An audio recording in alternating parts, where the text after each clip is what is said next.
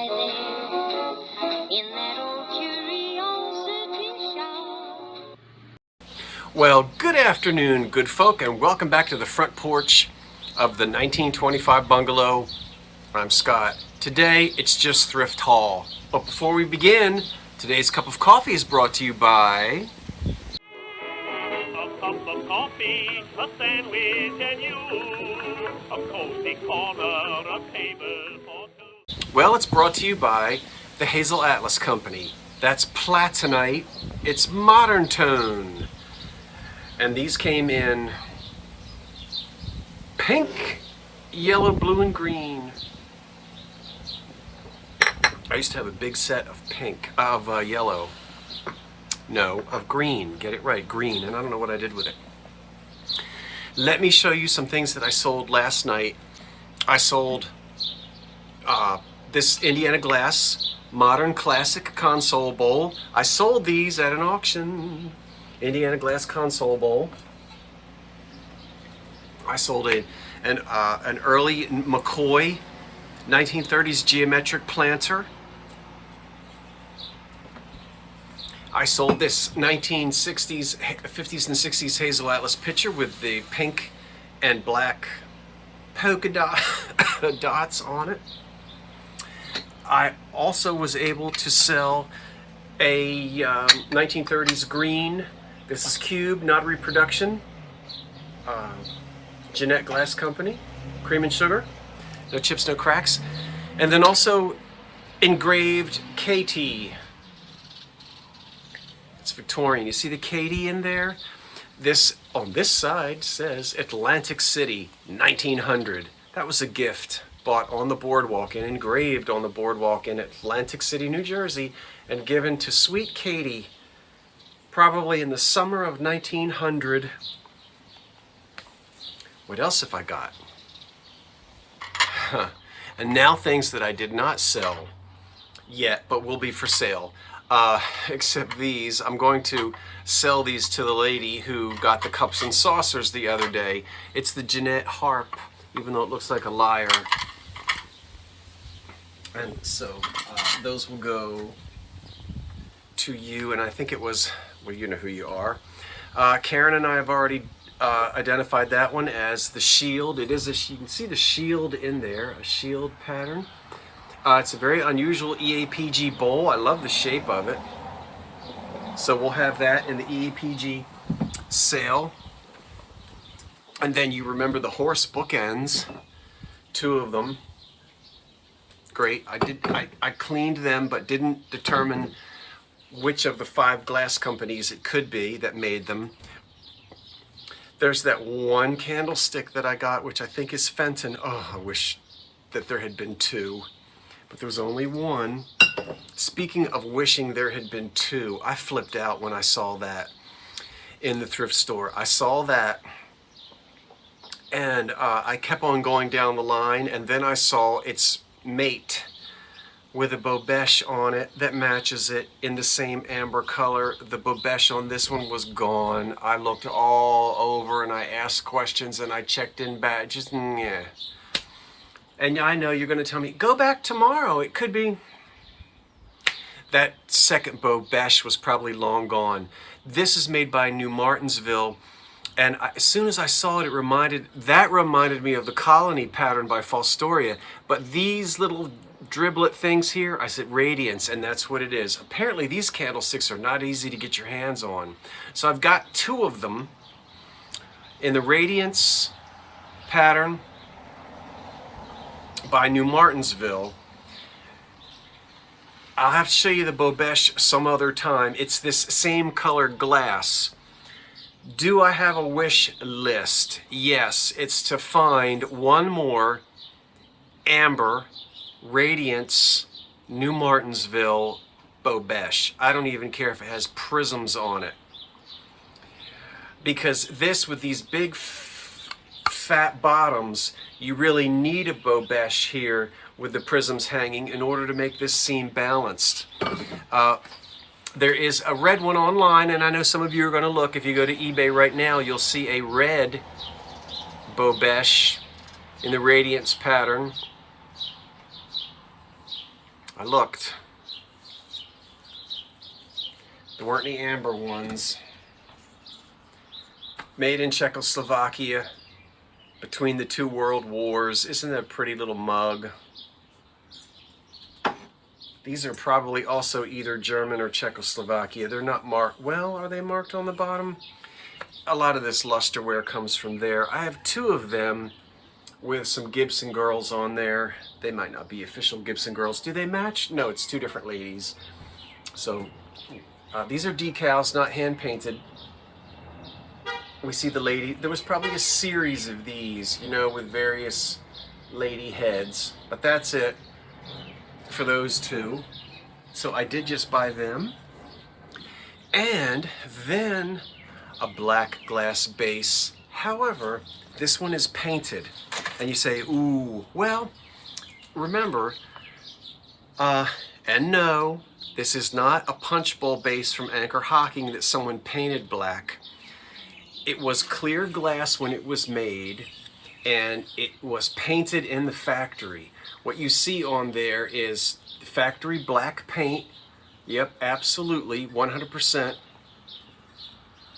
And some of the glass factories in the 1920s and 30s did that. So it's not made of black glass, but it came out in the 20s and 30s, and the black paint on it is original to it. So that's just what that is. And I don't have anything to put on it. This isn't the right size. Not really. But you get the idea. That's how they're used, how they were used. And now you can see from the 1930s, missing a little bit of gold, is what was a clear bowl. This paint here is factory applied, black and orange on the back, and some pretty designs on the front. Again, that's a console bowl from the 30s. I love the colors of that. A green tidbit. I know I said I wasn't going to buy anymore, but here I am. I guess I bought it because it was green. Everybody loves green. I forgot to show you this. I did sell it, though, in my sale already. A Bohemian. So all of these things will be, tonight will be packed so they can go out in the mail. I don't want to show you that or that or that. Let's do, you might have already seen those. There's a little one for the people that want little ones. And it has a hole in the top. There's nothing in it at the moment. The star is gone. But anyway, there it is. We all know what that is. And I don't know if I'm going to do Christmas in July. Is Christmas in July, isn't that kind of old hat? I mean, I could do it. I have enough to do Christmas in July. I don't know what I'm going to do.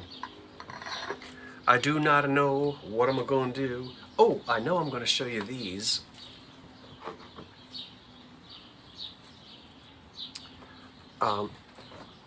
Don't these purdy?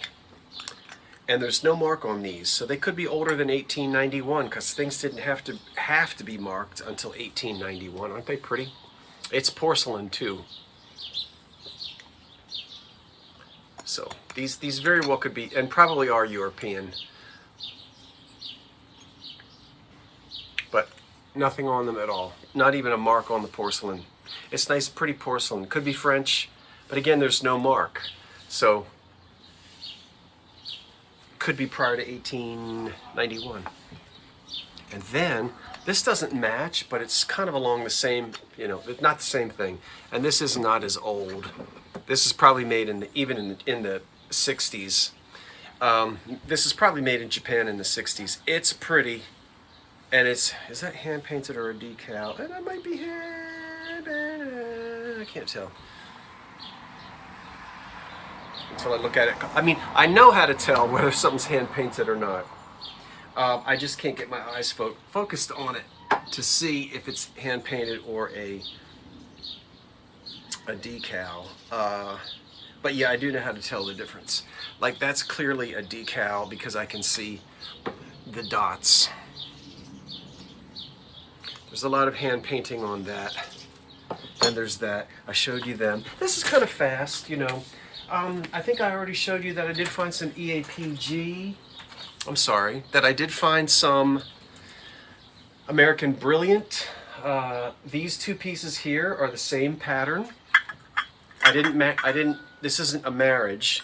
So these are both American Brilliant cut. I hope I didn't already show you these. I think I might have. I might have already showed you them. So I need to get them off the porch.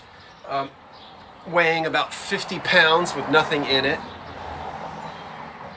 is an American Brilliant cut pitcher.